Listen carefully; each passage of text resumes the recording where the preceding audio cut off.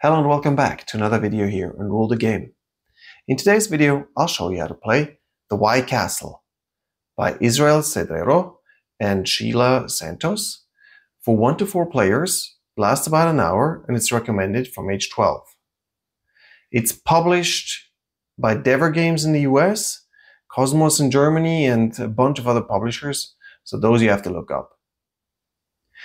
Before we get started, you will see when you open the box that there are lots of different parts in this box. So for one, I had to organize my pieces so that I can show you that game a little faster than trying to figure out where all the pieces are.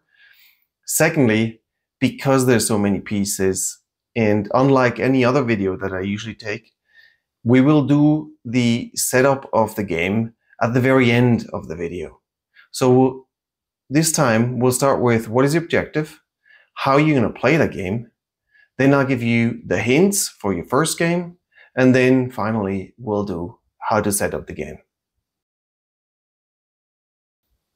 In the White Castle, you get victory points during and at the end of the game. All the victory points in the game are shown by fans.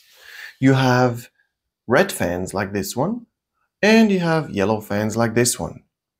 Red fans mean that whenever you do this action, you'll get instantaneous victory points, and you can move them up here on the victory point tracker. For the yellow fans, you get them at the end of the game, and I'll show you now how to get points and where you get the points. First, we start by getting victory points for the resources that you have left. For every 5 coins that you have left, you get 1 victory point. For every 3 to 6 resources of one kind that you have left, you'll get 1 victory point. For 7 resources of one kind, you get 2 victory points. Please note that at the end of the game, or actually during the game at any point in time, you can also exchange seals to coins. Seal to coin is 1 to 1. Seal to resource is 2 to 1. You can do this before you actually go and count the victory points that you're going to get from the resources and from the coins, so that you can add up to 3 or to 7 or to 5 coins. Next, we're going to go to the influence or the seasonal point tracker here, where you'll get victory points for whatever the number is that is under your tracker here. So if you're here the green player, you're going to get 6 victory points. This player gets 3, this one gets none. If you higher up, you get 10 to 15 victory points. And the most victory points you're actually going to get for the meeples that you've placed on the board. We'll start with the courtiers. There, you'll get, as you can see here, 1 point for each courtier that's still at the gate. You'll get 3 for level 1. You get 6 points for each meeple here on level 2, and you get 10 points for each meeple here on level 3. For the gardeners, it's the same thing. The gardeners here, there's going to be the most one of your kind on each field, and it says down here how many victory points that gardener will score you. In case of the warriors, it's a little bit more complicated. You'll score 1 victory point for each warrior that you have in a field here, but then you multiply the number of warriors with the number of courtiers that you have in the castle. Courtiers on the gate, they don't really count. It's only the ones that are on level 1, 2, or 3. So this player here gets 2 for the 2 warriors that he has here, times 3 that are here in the castle, is 6 points for these warriors. You'll see that on this field, it's the same thing. It's also 1 times the number of courtiers. For these up here, you're actually going to get 2 points per courtier in the field. So same here. For the blue player, you have, this one has 2 warriors. So it's 2 times 2 equals 4 times 2 here again. So it's 8 points for that player. As for the instantaneous points, whenever you score here the different meeples, you'll just add up the points here, and should you actually pass 40, you'll get one of these 40 markers here that you can take to yourself, and then you start here from the bottom again and move back up. Whoever has the most points at the end wins. In case of a tie, the person who has the crane higher up here in this order will win the game. The White Castle is played in 3 rounds, and in each round you have exactly 3 turns. Each turn consists of picking up a die, placing it somewhere on a field that has a die symbol on it, and then playing the actions that belong to it. Now these actions can then turn into chain actions. That's actually the goal of what you're supposed to do. The longer the chain action, the better you did. But it's all about having that one die that you pick from a bridge, placing it somewhere, and then continue from there. Dice will be picked in the order that you have here with the cranes. This order can change from round to round, and you always start with the player that has the crane up here on top. So the green player here will pick a die, place the die, play the action. Then the blue player will pick a die, place it, play the action, and the red one afterwards. Once all players have played 3 turns, there will be only 3 dice left. That's the end of the round. Then we'll do the end calculation, and then we'll actually move here. That's the round counter up here with this fish. You'll move to round 2. Same thing there. You'll start again, do 3 turns, 3 dice, and after that you'll move to round 3, and after round 3 you're done with the game. So on your turn, you're welcome to pick any of the dice that are on the side of the bridges. You cannot take any of the dice here in the middle. You'll take whichever you like, and you'll place it here on one of the fields that has a die on it. If you play with 3 to 4 players, on each field here, you'll be able to stack 2 dice on top of each other. If you're playing with 2 or less players, there will be only 1 die that can be placed here. Down here in the well, you can place as many dice as you want, and you won't stack them here. Please note that I can only place an orange die in the castle where there are also these orange symbols. I will not be able to place the orange die over here because there are no orange symbols on here. Now let's say I place it here, and you see I'll place the 6 on a 4. Now the difference between 6 and 4 is of course 2, and because I played a die that has a higher number than what it said before, I will get 2 coins. Should you place a die with the same number or lower number, if you play a lower number, then you actually have to pay for it to play it. So if you had played the 1 here, I would have had to pay 3 coins to do this. As soon as you take a die, you'll then move the die next to it down to this bottom step of the bridge. Now once I've placed my die here, I've taken my 2 coins. Now I get to do the orange action. The orange action here means I can choose 3 resources. Every black number is that you can take something.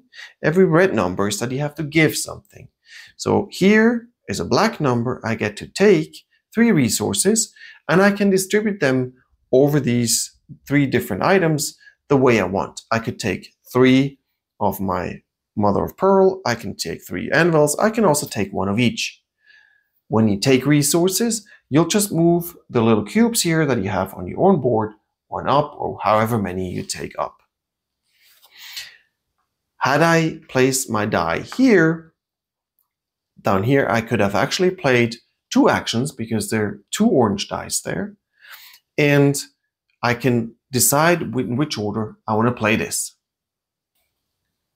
Now, I said before, if the second player later on wants to also play a die on here, then they would have to place the die here on top of the other one. You stack it. Now here you'll see the difference is now taken between this die and this die, which is 0. So in this case, it doesn't cost us anything, but you don't take the difference between this new die and the bottom anymore. You always take whatever it says here. Exception is, as I said before, down here, where you placed all these dice around this number 1 die, and you always get the difference to number 1.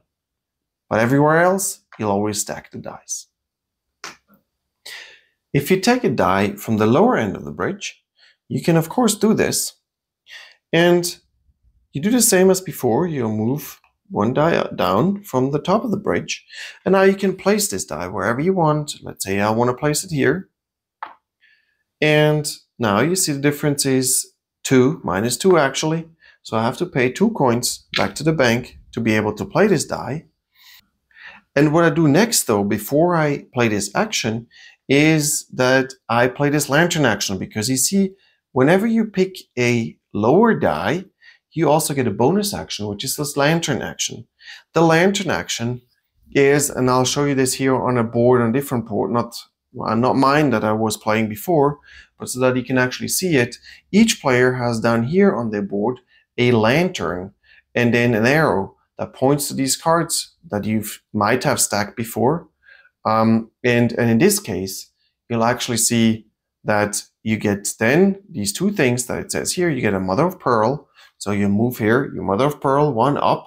I don't have any cubes in there, but I hope it's clear. And you also get here a crane, which means up here, you can also move this one up. Now again, if you've placed it over here, you now get to play this orange action, and the orange action is that you get an influence, so you move that one up. Please note that when you move your influence tracker up here on the track, you'll get at one point, you get to 3 different seasons. Actually, it's 4 seasons that you see here. Once you want to cross into another season, you see up here, it has some costs. It costs you seals. So if you want to move from this field to this field by, having here placed here a black die on here, and now you get to do this one, you would have to pay 1 seal to move over here. That goes back in the stash. Most of the actions that you can do in the castle are rather clear. If they're not clear, you can always look them up in your booklets. They're on the very last page. I think one important one that I want to mention here is this one, the fan, the red fan, that's victory points. And so if you get to take this action, then you can actually play here your victory tracker. You can move it up on the victory track to whatever number you are. So in this case, I will come from 0 to a 2. Now, you can, as you saw before, you can also place the die down here in your well. This is pretty obvious here. You get the difference to the 1. In this case, it's a 0. I don't get any coins. However, I get whatever it says over here, which is actually 2 coins and a seal. And I just take those and take those coins to me, and I'll take another seal and put the seal on here. You do see also that on my board, I have a space for maximum 5 seals. So I cannot never take more than 5 seals. Same, by the way, for the other resources where you see it goes up to 7. Once I have 7 resources, even if I could get more, I can't move the marker any further. So 7 resources is the most I can get. You can also take your die and place it over here. You can either place it on this field or on this field. And of course, here I would have to pay now 4 coins. I don't have the 4 coins, so I couldn't play this. Once you play it here, you can then either play this action or this action, and I'll get to these actions in a minute. The last place where you can play these dice is on your own board. Now you see on your board that you cannot stack the dice, even if you're more than 3 players. You can only play 1 die. Here the difference is always difficult to pay because it already has a 6 down here. So this would actually cost me 5 to play it here. I can't do this. But what would happen if I were able to do so? Later during the game, you'll see there will be less of these little figures here, less of the meeples. Then you first get these different resources that it has here. So this will be 3 rice. And then you get also to play this action over here. Note that if you play a die here, you cannot automatically start placing your different meeples that you have here. For this, you'll need to play one of these actions. Now, if you want to place one of your meeples, you have different options to do this. To place a meeple, you'll always have to play your die somewhere where you have these round actions. With this action, you can place a gardener. With this action, you play a courtier. With this action, you play a warrior. Let's start by playing a courtier. I'll take a die. I put it here, for example, because I have here the action to play a courtier. Place it here. I get 1 coin for placing a 6 on a 5. And now I can choose this action. And I choose that one. I'll place my courtier here first at the gate. I can only place the courtier at the gate of the castle if I pay 2 coins. I paid 2 coins. The courtier is now here. As an alternative action, or in addition, here I can choose, it's an either or both together that you can do. The second action that I can do here is if I pay 2 mothers of pearl, I can move my courtier up by 1 level into one of these rooms, and I can access all 3 of them. Or if I can pay 5 mothers of pearl, and that always depends on how high your marker here is on your board. If I can pay 5 of this mother of pearl, then I can move my courtier up by 2 levels, as it says here. Paying those mothers of pearls or other resources is just by moving the cube on your tracker down by however many you used. Once you've placed your courtier, let's say we've placed it here. Once you've placed it here, you then get to do one of these actions that are here in light areas. So you either get here another influence track, or you get another coin, and you get the whole well action here. So you get 2 coins plus a seal. You also actually get to take this card, and you'll place this card on your board here on this side, and you take the other card that was there before and you place that on the lantern. And that's how you see now how the lantern actually gives you more and more resources the longer the game goes on. You then fill this card here, or this space here, with another card from the deck, unless there's no card left here. If there's no card left on the deck, you won't be able to take the card that is lying out in front of you. Same will be up here. You then take this card, you place it there. Should you be able to make it up here, and you see that you can't do that at once because you don't have any way to move up 3 at once. But what you could do in a later move is, let's say this courtier is here, and we'll get another one through another action. For example, we're able to place a die here, black die. Then we could pay a seal to place another courtier here in the court. You put 1 courtier here by paying 2, or maybe you don't even do this. But then you pay here 5 mother of pearl. If you have those, then you can move your courtier up here to the top. Up top, you always get the lantern resources. Again, those are the ones that you see here on your board down there, but I can't show you because my screen doesn't show enough.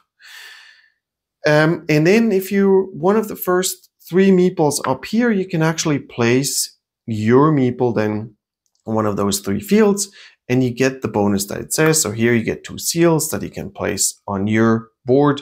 You can also get 2 influence points, so you move your marker here. Or if you place it on here, this one stands for a light action here in the castle that you can use. You can select which one you want to play. Up here, there can be an infinite amount of meeples, but only the first 3 get one of these actions here. All the others, the 4th and afterwards, they only get the lantern. So this is to play the courtiers. Let's say I have placed my die here, but I hadn't wanted to play the courtier. I wanted to play the gardener action.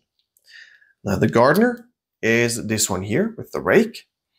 The gardener can be placed on any of these fields here. There can only be 1 gardener of your color in one of these fields. There can be several gardeners from different colors on these fields, but only 1 of your color. If you want to place your gardener here, you'll have to pay the resources that it says here in red, which means here you'd have to pay 5 rice. And that you have to have, that's quite expensive actually. But if you pay 5 rice, you can place your gardener here.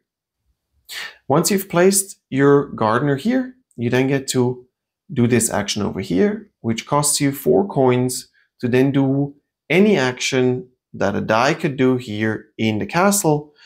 And you can't choose both orange at the same time, but you have to choose which one of the two you would like to play. And last but not least, we could also have placed a die over here and played the warrior action. We could have placed a warrior up here on one of those training fields. As you can see, to place a warrior up here, you have to play in anvils. If you play 1 anvil, then you can place your warrior here. If you have 3 or 5, you can go up here. And it seems very clear here, once you've placed the warrior here, you then get to get the bonus that it says up on top. In this case, you get 5 coins. In this case, you can actually choose if you want to play another, if you want to place another courtier or a gardener or another warrior. And in this case, you actually get to do both. You get to get all the bonuses from the well, and you get to place another courtier. But it costs you also 5 anvils. For the training fields, you can place as many of the warriors as you want to. So these are all the actions that you can play on your turn.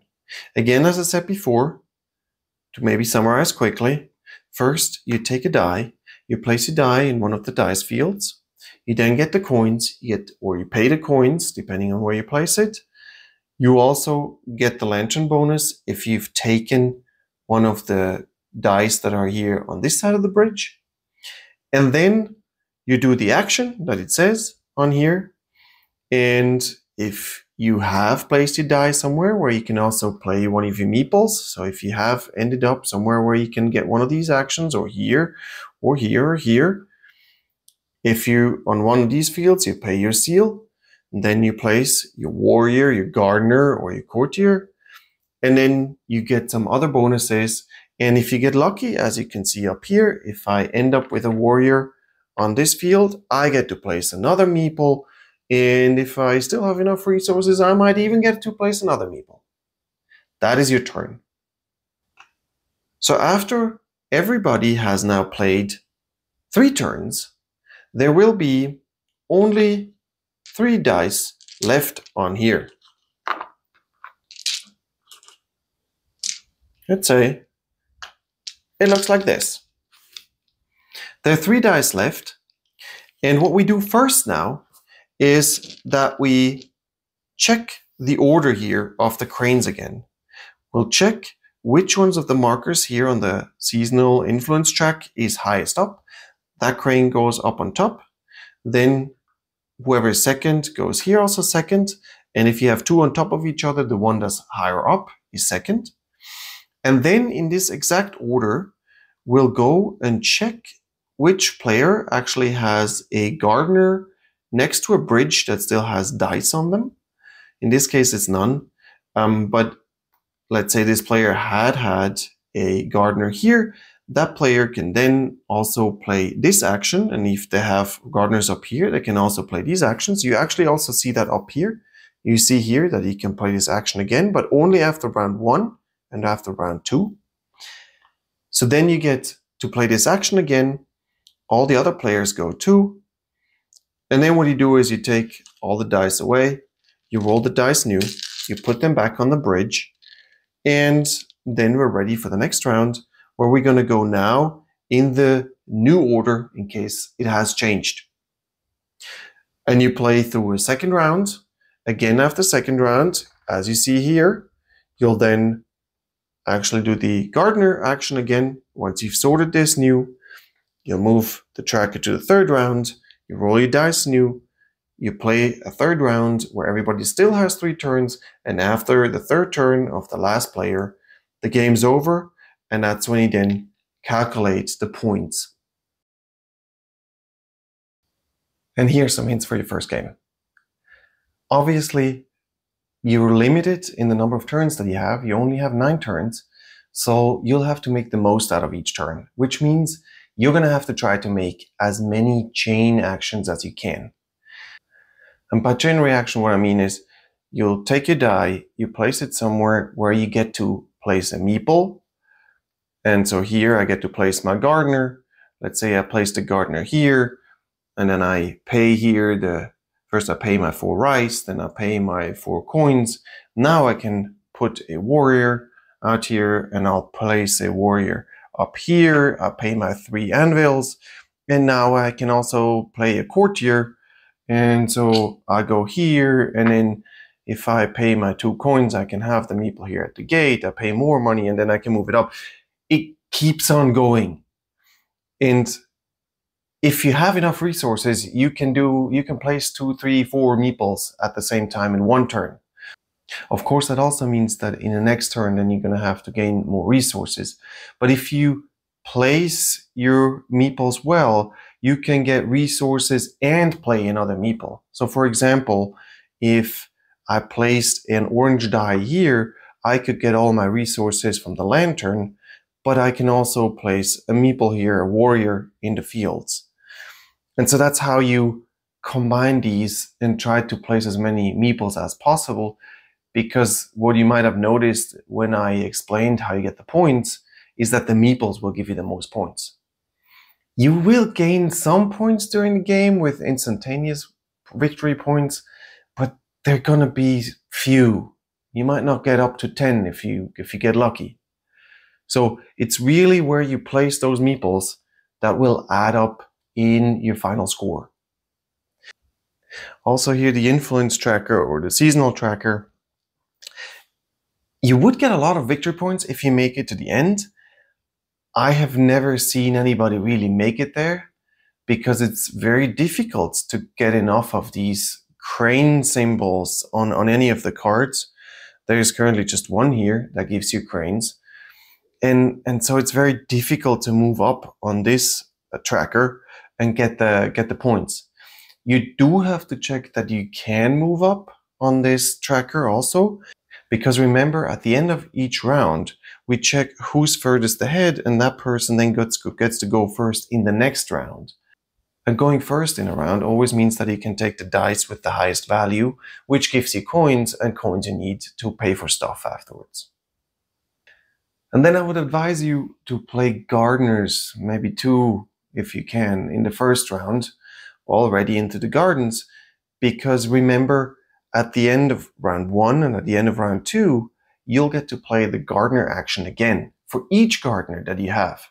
Now you have to make sure that you have enough resources, but if you have enough resources for that action, you can play an action 3 times. You can play once when you play the meeple, once after round 1, and once after round 2. So the gardeners are very valuable that way. In terms of what gives you the most bang for the buck, it's probably the warriors that are here on the highest valued training field, the ones where you double the points for each warrior that you have and multiply times the courtiers, which means you also have to play a bunch of courtiers into court, but they usually are worth it anyway because they let you play some action. So remember, when you play a courtier here, you will get resources because you can play a light action on one of the cards. And you get the card also then later to stack up your lantern. So you get resources through that action, but also they multiply then the number of warriors that you have. So you can get a bunch of points there. And that's it. That's White Castle. I hope you enjoyed the video. If you did, please subscribe below, and also post a comment if you have some experiences with the game, if you have different strategies. I'm always interested to hear from you. And if you're still here and you still want to see actually how the game's set up, then stay tuned. Next up is how to set up the game. To set up the game, we start with the main board, the main castle that's here in the middle of the table. This is a common area where everybody's going to be playing at the same time. Each player then also gets one of these boards that they'll take to themselves. Let's set up the board first here. First, we'll take these bridges here. If they're not put together yet in your box, you might have to do this. There are instructions in your box. You place the bridges here on the bridges that are shown on the tableau. Next, we're gonna take these cards here. We'll shuffle them and put them here on this space. Same with these cards here. You shuffle those and you also put them right here. Please note that if you're playing a game just with 2 players, then take out the cards here in the box that have these little diamonds on the bottom. That's just for this brown pile and for the blue pile, where you have these cards that you take out. We then take one card here and a second card here and place them on these spaces here. Same here, there are 3 cards here, 3 rooms in the palace where we're gonna place these cards. Up here on top, we have these cards that we also shuffle, where we also take one out and put it here. Then we'll fill the garden here with cards. Those are these cards. Also get shuffled. And then the ones here that match this side, of course, go here.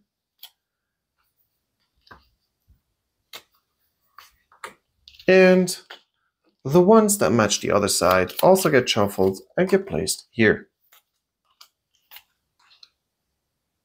For the soldiers area, we'll take these pieces here. We'll also shuffle them. Then we take randomly 4 of these out. Those are these 4.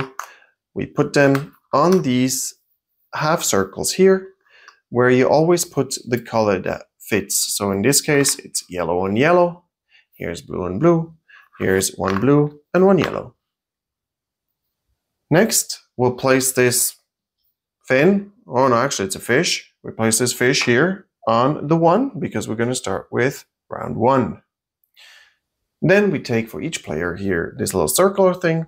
We put them in random order here next to these crane fields on top of the crane.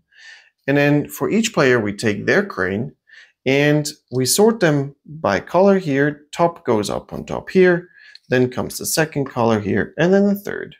This is going to be the order in which the game will be played, at least the first round. Then we have these little markers here with the dice on them. Those get shuffled too. Then you place one of each color here on these diamond-shaped fields. The white one's missing. Here's a white one. Shuffle a little bit again, and then you're going to go here by number. 1, 2, 3, 4, 5, 6. And now you notice I have 2 red ones. That's not allowed, which means I'll put the red one over here and I'll place another one over here. There can never be just one color in one room. It needs to be at least 2 colors. If that's not the case, then you have to do it. You have to reshuffle. And the last 2 go the other way around, not the dice side, but the other way around, down here on the bottom. And now we fill the bridges here with dice. And so we'll always take of each color the number of dice, as we have players plus 1. So in a game of 3 players, we'll take 4 dice.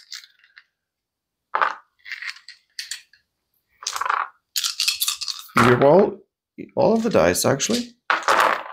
And then by color, you place them on the corresponding bridges, where the lowest number goes on the left-hand side, the highest number on the right-hand side, and 2 are on the sides, and 2 are in the middle.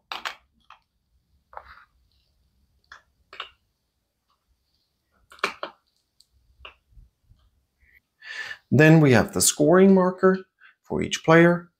That one goes up here in the corner.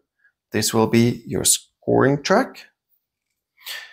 And then we're actually done on the main board. Next, we will now take the personal boards, and I'll push it up a little bit. And what we do now is each player then takes these 3 different cubes, and they'll put them here corresponding to the color. I'll take it up here a little bit so that you see it a little better. Where the white or the gray, the white one goes here, gray goes here on the anvil, and the brown one goes here on the rice. Bring that back down. You'll also take all your warriors, those are these, and you place them here on all of these fields that you have on the bottom of these 3 rows. The gardeners, those are these, they go in the middle. And the courtiers, they go up top. And then for the final piece, in your preparation, you take the orange cards, you take out also number of players, +1. Same with the yellow ones. You'll have to place them right underneath the orange ones.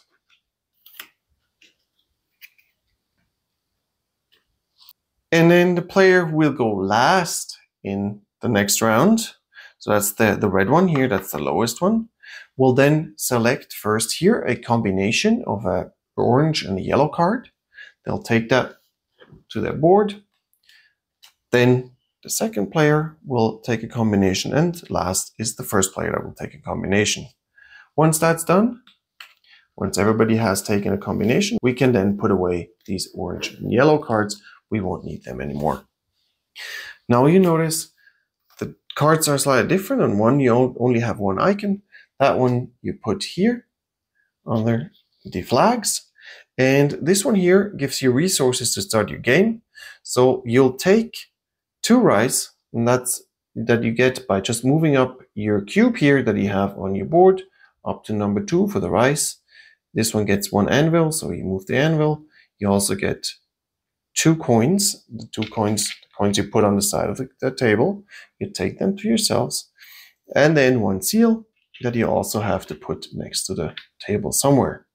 And this one you actually see, this one has up here also a card symbol. That just means you'll take one of those cards here that is extra, the one that actually matches this symbol, and then you'll take both of these cards, flip them around, and you'll put them down here, which you don't really see. And I need to move the table a little bit so that you can see this. There you go. You'll place those 2 cards right next to this lantern, upside down, and now we're actually ready to go.